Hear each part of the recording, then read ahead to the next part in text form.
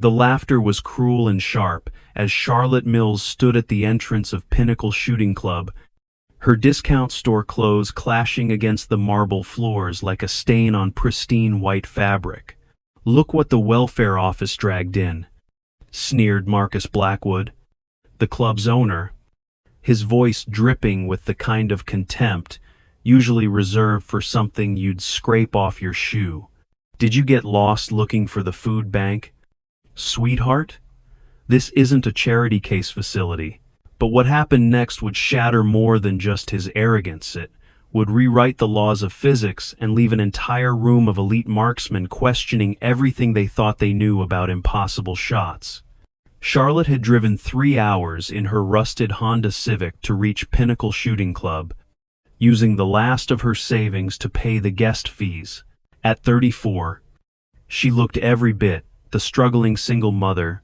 She was faded jeans with a small hole near the knee, a thrift store sweater that had seen better days, and sneakers with worn soles that squeaked slightly on the polished floor.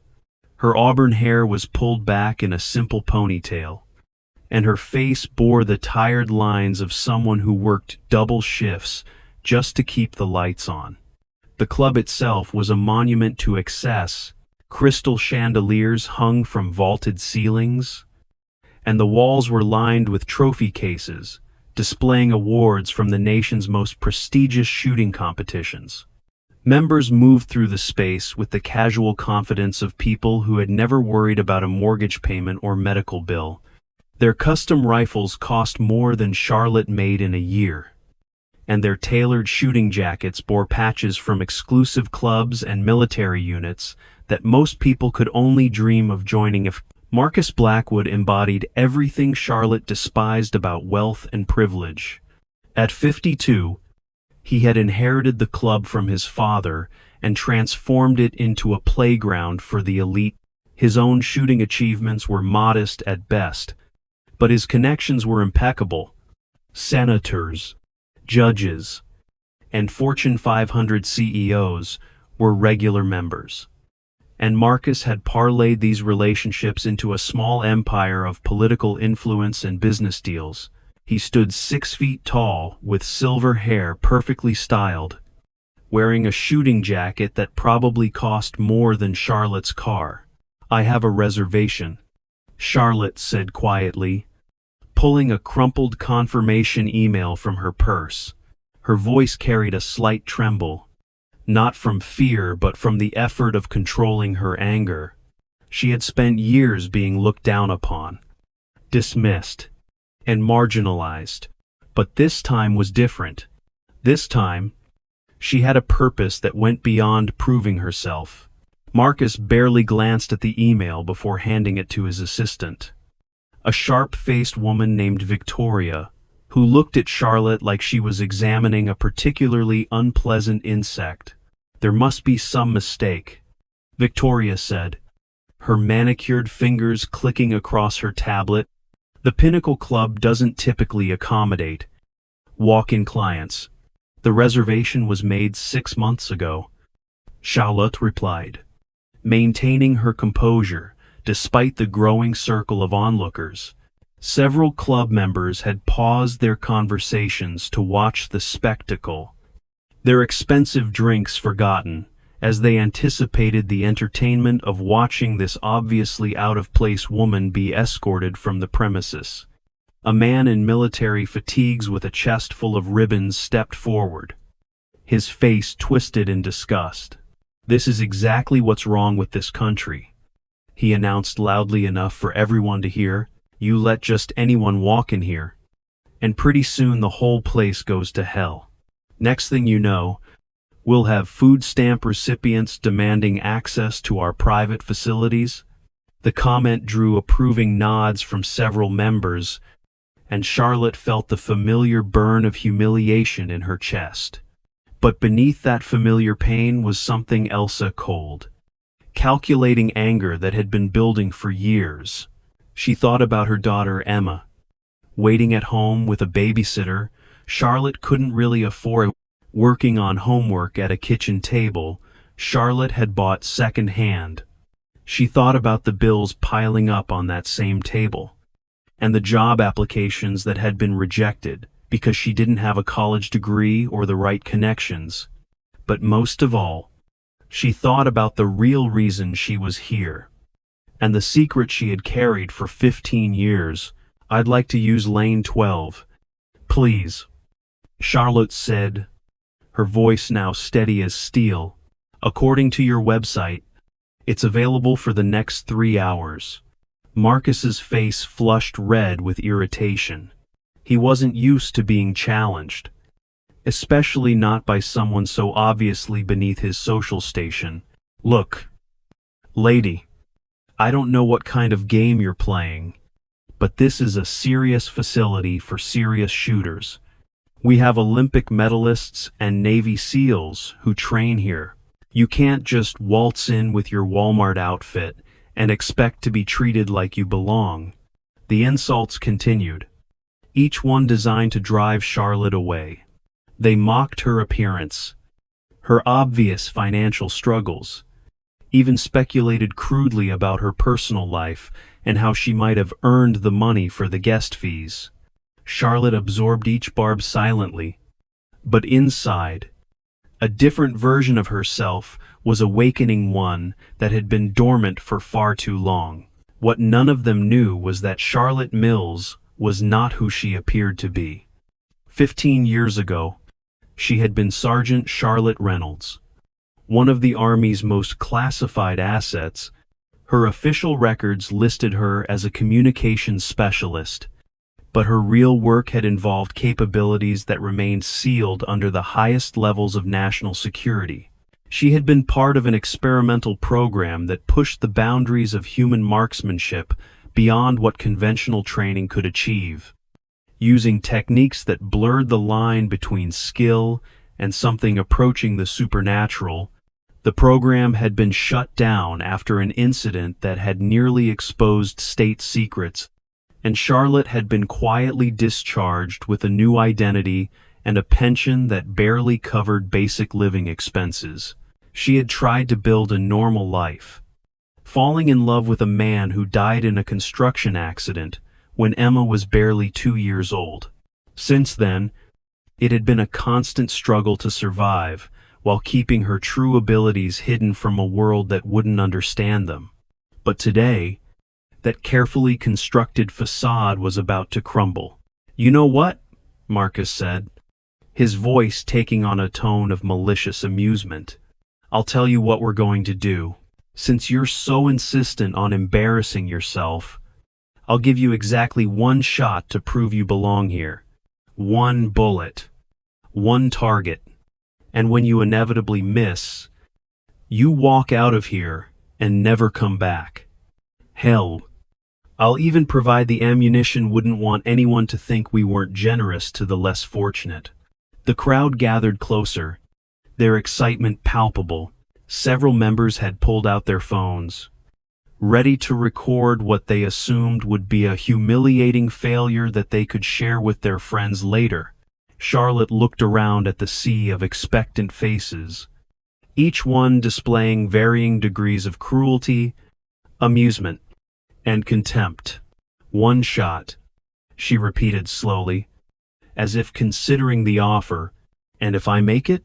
Marcus laughed, a sound like breaking glass. "Sweetheart, you're not going to make it.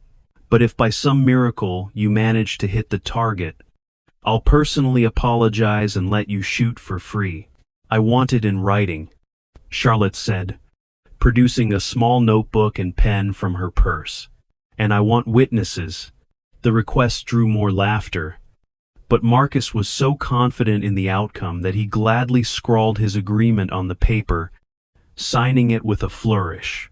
Several members added their signatures as witnesses, each one grinning at what they saw as the setup for an elaborate practical joke. Charlotte was escorted to lane 12, where a standard rifle had been prepared for her use. The weapon was a precision instrument worth thousands of dollars, but she examined it with the detached professionalism of someone who had handled far more sophisticated equipment.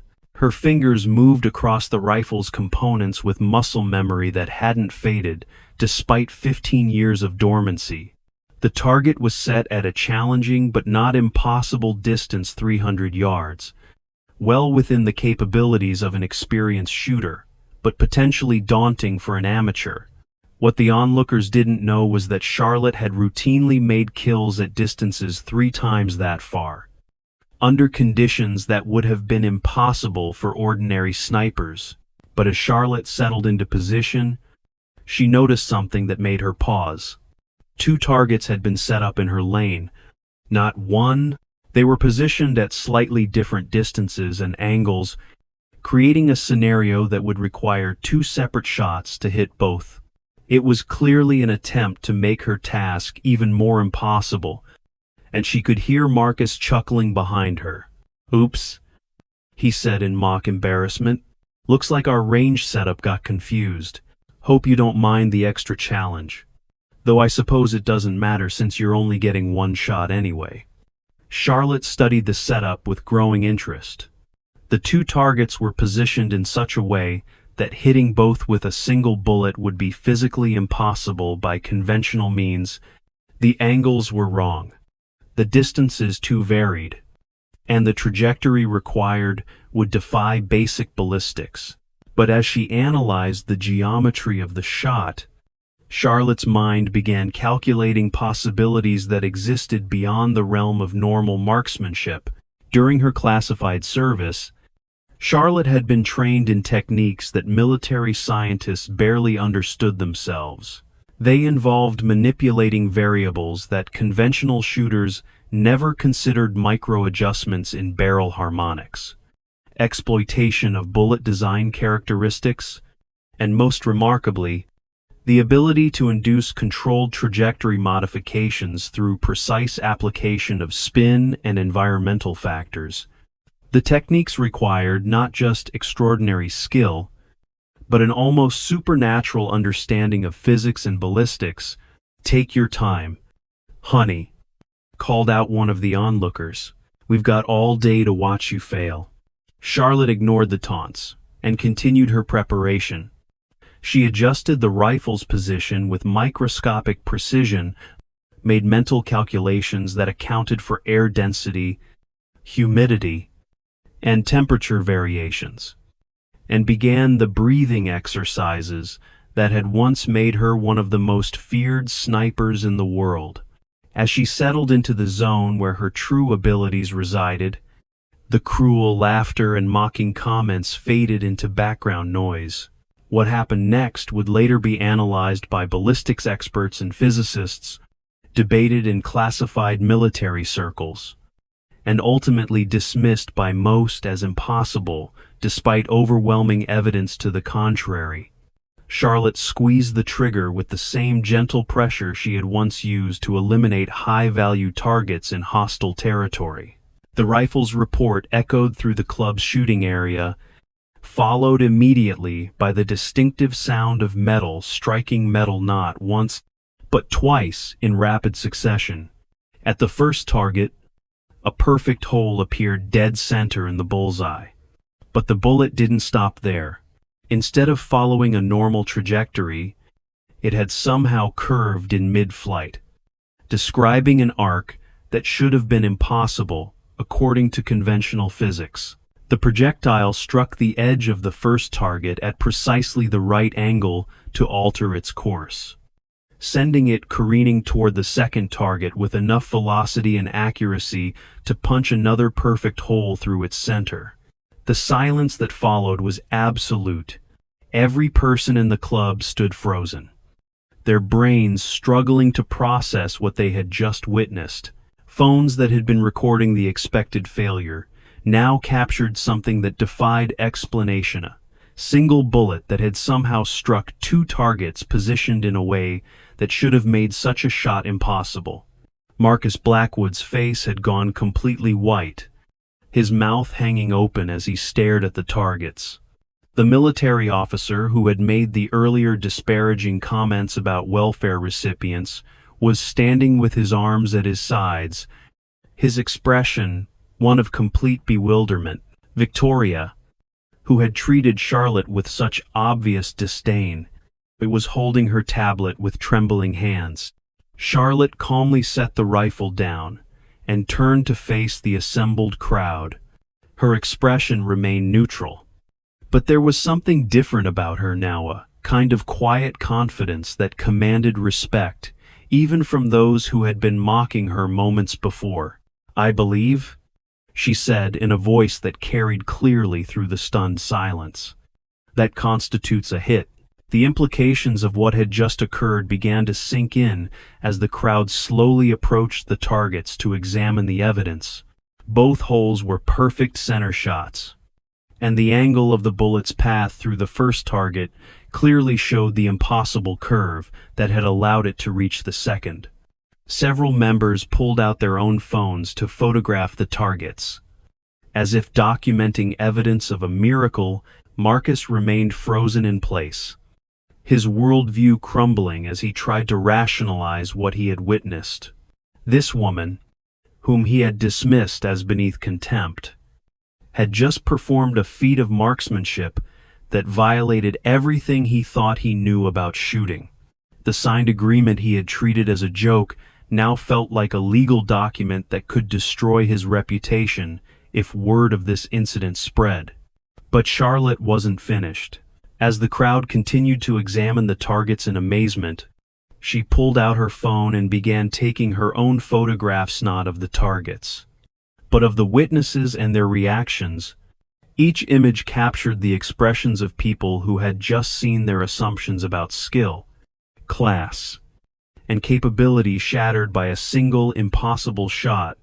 "I'd like that apology now," Charlotte said, her voice cutting through the murmur of confused conversations, "in front of everyone, just like the insults were." Marcus looked around at the faces surrounding him, each one reflecting a mixture of awe and expectation. His position as the club's owner and arbiter of social status had been built on his ability to determine who belonged and who didn't. Now, in front of his most important members, he had been proven completely wrong by someone he had treated as beneath consideration. The apology, when it came, was grudging and inadequate, but Charlotte accepted it with the same grace she had shown when absorbing the earlier insults. She thanked the staff for the use of their facilities, collected her belongings, and prepared to leave. But as she reached the club's entrance, she turned back to address the still stunned crowd one final time.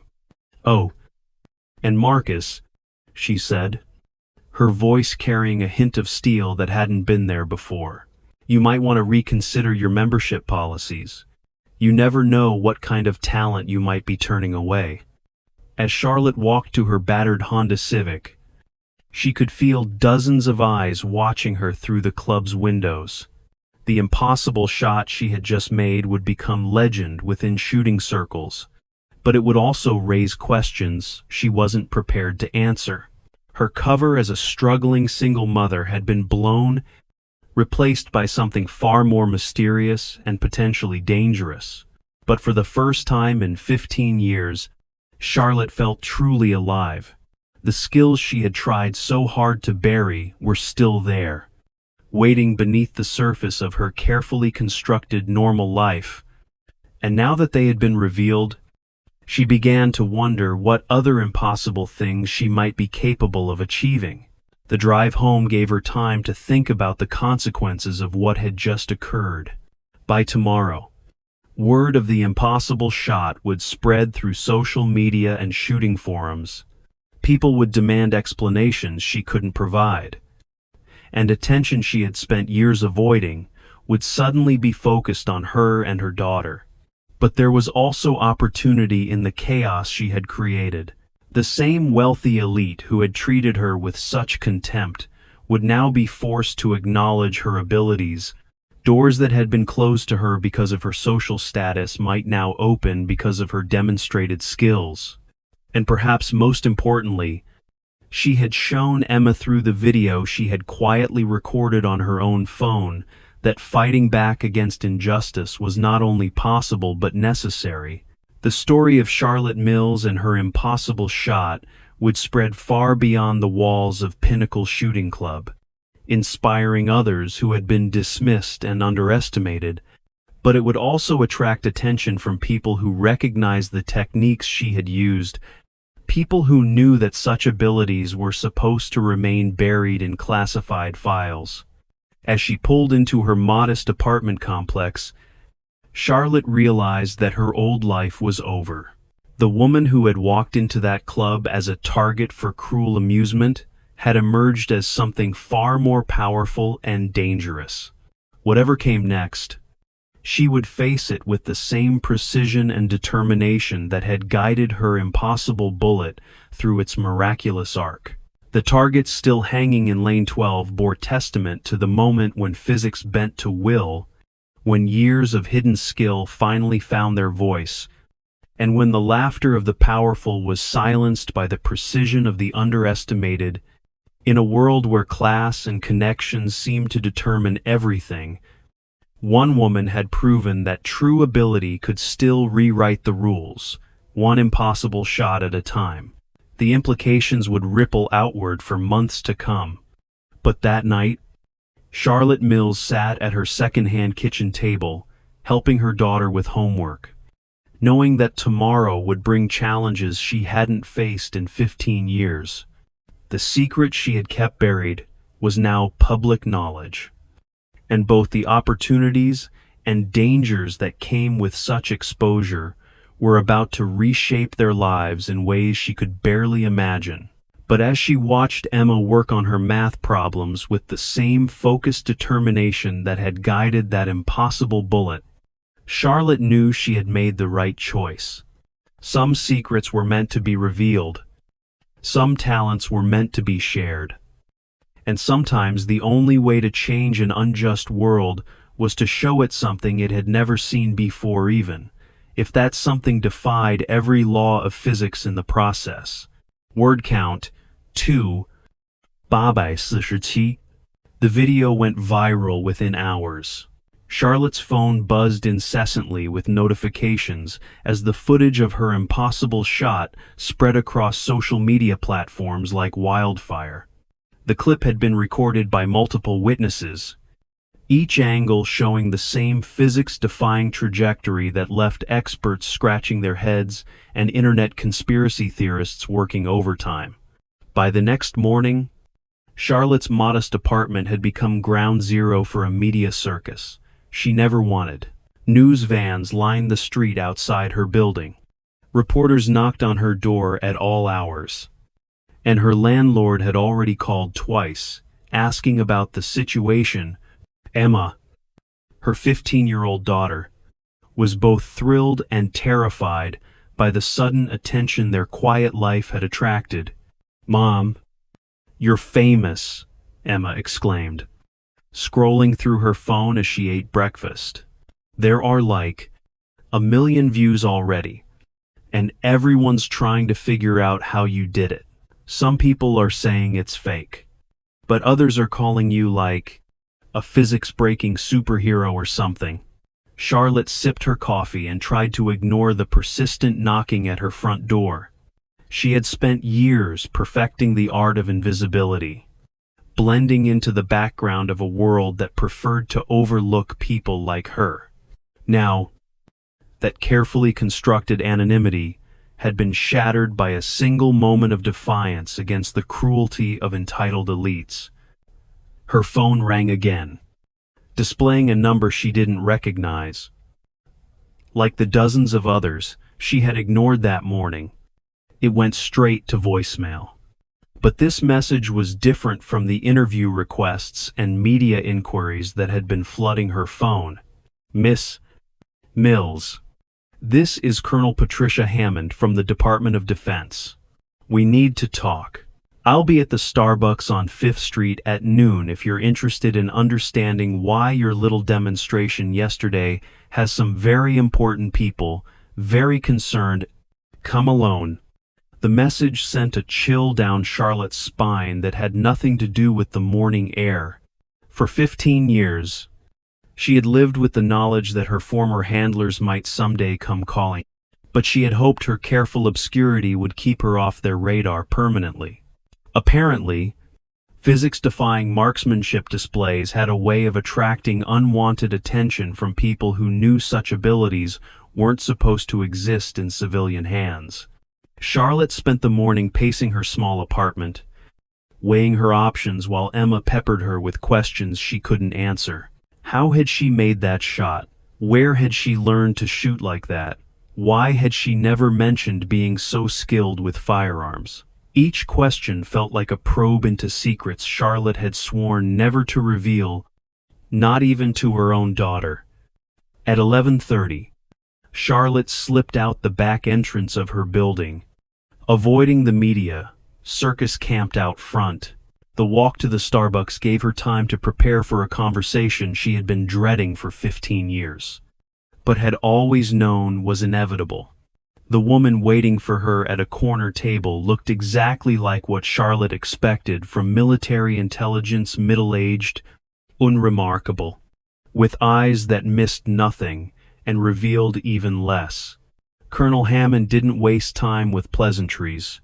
"Sergeant Reynolds," she said, using Charlotte's former military designation, or should I say, Charlotte Mills? It's been a long time since Operation Mindbridge was officially terminated. We thought you had learned to keep your unique abilities under wraps. I go by Mills now, Charlotte replied, sliding into the seat across from the colonel. And I haven't used those techniques in 15 years. Yesterday was an exception that's now been viewed by millions of people worldwide, Hammond said.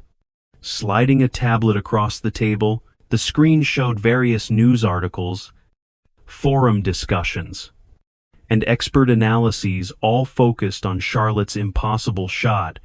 We've got ballistics experts calling it fake, physicists demanding frame-by-frame analysis, and foreign intelligence services very interested in how an American civilian acquired capabilities that were supposedly limited to our most classified programs. Charlotte had known this conversation was coming from the moment she decided to take that shot, but seeing the evidence of how widely the video had spread still made her stomach clench with anxiety. "What do you want from me?" "The same thing we've always wanted," Hammond replied. "For you to disappear back into obscurity and never demonstrate these abilities again. But thanks to your little show yesterday, that's no longer possible. You've opened a door that can't be closed. And now we need to figure out how to manage the consequences." The conversation that followed felt like a negotiation for Charlotte's soul. Hammond outlined the government's concerns about foreign powers attempting to recruit or kidnap Charlotte, the potential for her abilities to be reverse-engineered by hostile nations, and the security implications of having a living example of classified military capabilities walking around unsupervised.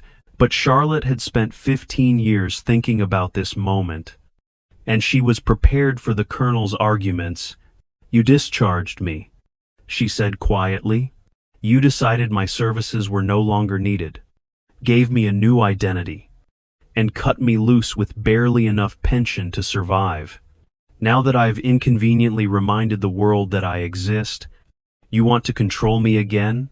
We want to protect you," Hammond countered, "and protect the national security interests that your abilities represent.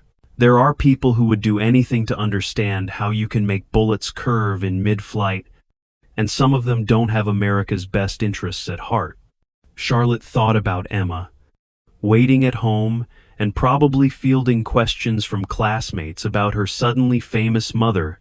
She thought about the bills piling up on her kitchen table, the job applications that had been rejected because she didn't have the right connections or education, and she thought about the years of being dismissed, overlooked, and treated as if her life had no value beyond what she could provide to others.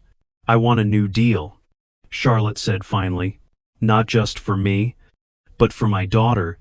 Real protection, real opportunities, and real respect for what I can do." I'm done being your secret weapon and your embarrassing liability at the same time. The negotiations stretched through the afternoon. As Charlotte laid out her terms, she wanted security for Emma, educational opportunities that would give her daughter choices Charlotte had never had, and recognition of her contributions to national security that went beyond classified file folders no one would ever see. In return, she would consult on certain projects, help train the next generation of specialized operatives, and most importantly, help the government understand how to defend against the techniques she had pioneered. But she also made one thing crystal clear. She was done being invisible. The world had seen what she could do, and she wasn't going to pretend anymore that she was just another struggling single mother scraping by on the margins of society. If the government wanted her cooperation, they would have to accept that she was now a public figure whose abilities could no longer be hidden. Hammond left the meeting with a promise to run Charlotte's proposals up the chain of command. But both women knew that decision had probably been made before the colonel ever sat down at that Starbucks table. The government needed Charlotte's cooperation more than she needed theirs, and her public demonstration had shifted the balance of power in ways that 15 years of classified service never could have achieved. When Charlotte returned home that evening, she found Emma waiting with a mixture of excitement and concern that reminded her painfully of her own mother's expression during Charlotte's rebellious teenage years. The apartment was still surrounded by media, but now there were also unmarked vehicles with tinted windows parked nearby, a clear sign that her conversation with Colonel Hammond had already set new protection protocols in motion. "So," Emma said as they sat down to a dinner of leftover takeout, "are you going to tell me the truth about who you really are? Because, Mom, that shot you made wasn't just lucky. That was like superhero-level impossible stuff." Charlotte looked at her daughter, this brilliant, curious young woman who deserved better than the hand-to-mouth existence they had been living, and made another decision that would change their lives forever. It was time for the secrets to end, not just with the government, but with the most important person in her world. Over the next 2 hours, Charlotte told Emma everything. About Operation Mindbridge, about the experimental techniques that had made her one of the military's most valuable assets, about the incident that had ended her career and forced her into hiding. She explained why they had lived in poverty despite her extraordinary abilities, why she had taken jobs far beneath her capabilities, and why she had never remarried despite several opportunities over the years. Emma listened with wide eyes as her mother described missions that sounded like something from a science fiction movie, training regimens that pushed human capabilities beyond their supposed limits, and political decisions that had relegated her to classified obscurity despite her service to the country. But what seemed to affect Emma most was understanding the sacrifices Charlotte had made to keep them both safe and anonymous. "So when those rich jerks were making fun of you yesterday," Emma said slowly, "you could have shut them up any time you wanted, but you didn't, because you were protecting us. I was protecting the life we built together." Charlotte corrected, "But maybe that life was too small for what we both deserve." The conversation was interrupted by Charlotte's phone, which displayed Colonel Hammond's number. The call was brief but significant. Charlotte's terms had been accepted, with some modifications and additional security protocols.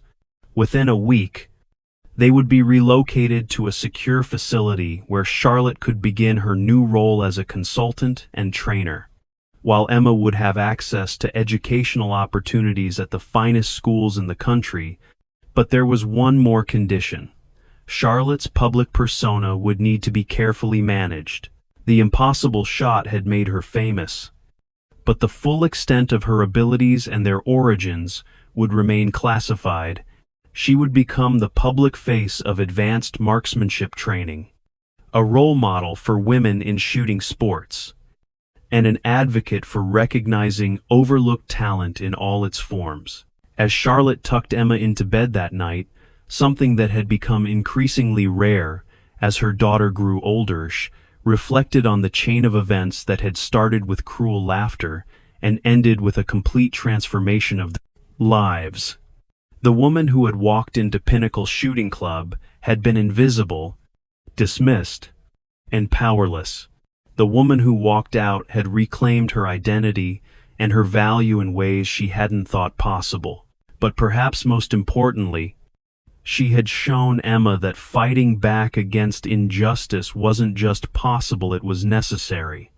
The video of her impossible shot would inspire other people who had been underestimated and overlooked, proving that talent and determination could overcome social barriers and economic disadvantages. 3 months later, Charlotte stood before a congressional committee testifying about the need for better support programs for veterans with specialized skills. Her public role as a marksmanship consultant had opened doors that 15 years of classified service never could have achieved. Emma was thriving at her new school, making friends and pursuing opportunities that would have been impossible in their old life. The targets from Lane 12 at Pinnacle Shooting Club had been quietly removed and secured by government agents, but photographs of Charlotte's impossible shot continued to circulate online. Physics professors used the footage in their classes as an example of seemingly impossible phenomena, while shooting enthusiasts debated the mechanics of her technique. With religious fervor, Marcus Blackwood had been forced to close Pinnacle Shooting Club after several members canceled their memberships and sponsors withdrew their support. The video of his cruel treatment of Charlotte had been almost as viral as the impossible shot itself, and his reputation in elite social circles had been permanently damaged. He had tried to spin the incident as a publicity stunt, but too many witnesses had confirmed the authenticity of what they had seen. But for Charlotte, the most satisfying outcome was the message she received from a young woman in Ohio who had seen the video and been inspired to pursue her own shooting career, despite financial hardships and family discouragement. The woman's story overcoming poverty and social barriers to excel in a male-dominated sport reminded Charlotte of her own journey and confirmed that her moment of defiance had accomplished something far more important than just personal vindication. The bullet that had bent and split 2 targets had done more than defy physics. It had shattered assumptions about worth, capability, and the power of people who refused to remain invisible in a world where class and connections often mattered more than talent and determination. Charlotte Mills had proven that sometimes the most impossible shot is the one that changes everything. As she watched Emma compete in her first high school debate tournament, Charlotte reflected on the trajectory that had brought them from that cramped apartment to this moment of possibility and promise. Like her impossible bullet, their lives had curved around obstacles that should have stopped them, finding a path forward that had seemed impossible until the moment it became inevitable. The laughter at Pinnacle Shooting Club had been intended to diminish and humiliate, but it had instead awakened something that had been dormant for too long. Charlotte Mills was done being underestimated, and the world was beginning to understand that the most dangerous opponents are often the ones you never see coming until their bullet finds its mark in ways you never thought possible. The ripple effects of Charlotte's impossible shot continued to spread far beyond what anyone could have anticipated. 6 months after the incident at Pinnacle Shooting Club, she found herself standing before a packed auditorium at the National Women's Leadership Conference, delivering a keynote speech that had been requested by organizations across the country. When I walked into that club, Charlotte told the audience of over 2,000 women, I wasn't trying to make a statement about physics or feminism or social justice. I was just tired of being invisible." The response was thunderous applause. But Charlotte could see in the faces before her the same mixture of determination and exhaustion she had carried for so many years. After the speech, Charlotte was approached by Dr. Sarah Chen, a quantum physicist from MIT who had been studying the footage of the impossible shot for months. "I've run every analysis imaginable," Dr. Chen said, her voice filled with scientific excitement. "What you did shouldn't be possible according to our current understanding of ballistics, but the evidence is undeniable. Would you consider participating in a controlled study? We could learn things that might revolutionize our understanding of projectile physics." Charlotte smiled, remembering the years when her abilities had been dismissed as impossible by the very scientists who now wanted to study her. "I'd be happy to help, but only if Emma can be part of the research team. She's got a better understanding of advanced mathematics than most graduate students. And she's been working on her own theories about trajectory manipulation." Indeed, Emma had surprised everyone by developing a genuine passion for physics and engineering. Inspired by her mother's unique abilities, at 16, she was already taking college-level courses and had published her first research paper on unconventional ballistics under the mentorship of professors who had initially been skeptical of her age and background. The transformation in their lives had been remarkable. But Charlotte never forgot the lessons learned during those years of struggle. She had established a foundation that provided training and support for women from disadvantaged backgrounds who wanted to enter shooting sports or military careers. The foundation's motto, emblazoned on a banner behind her desk, read, "Talent recognizes no boundaries." One of the foundation's first success stories was Maria Santos, a young woman from Chicago who had grown up in poverty but possessed natural marksmanship abilities that reminded Charlotte of her younger self. With the foundation's support, Maria had not only excelled in competitive shooting, but had also earned a full scholarship to study mechanical engineering at Stanford University. "She reminds me of someone I used to know," Charlotte told Emma one evening as they reviewed applications for the next round of foundation scholarships. "Someone who had the potential to change the world but spent too many years being told she wasn't worth the investment." The irony wasn't lost on Charlotte that her moment of defiance had ultimately created more opportunities for others than her years of classified service ever had. The impossible shot had become a symbol of hidden potential, inspiring people who had been overlooked or dismissed to believe that extraordinary achievements were within their reach. Marcus Blackwood, meanwhile, had attempted to rebuild his reputation by writing a book about the incident, claiming that he had always recognized Charlotte's talent and had only been testing her resolve. The book was universally panned by critics and largely ignored by the public, who remembered too clearly the cruelty of his original treatment. He had moved to Florida, where he occasionally gave interviews to conspiracy theorists who insisted that Charlotte's shot had been faked using advanced CGI technology. But perhaps the most significant change was in Charlotte herself. The woman who had spent 15 years hiding her abilities behind a facade of ordinary struggle had found a new sense of purpose that went beyond personal vindication. She had become a mentor, an advocate, and a living example of what was possible when talent was finally given the opportunity to flourish.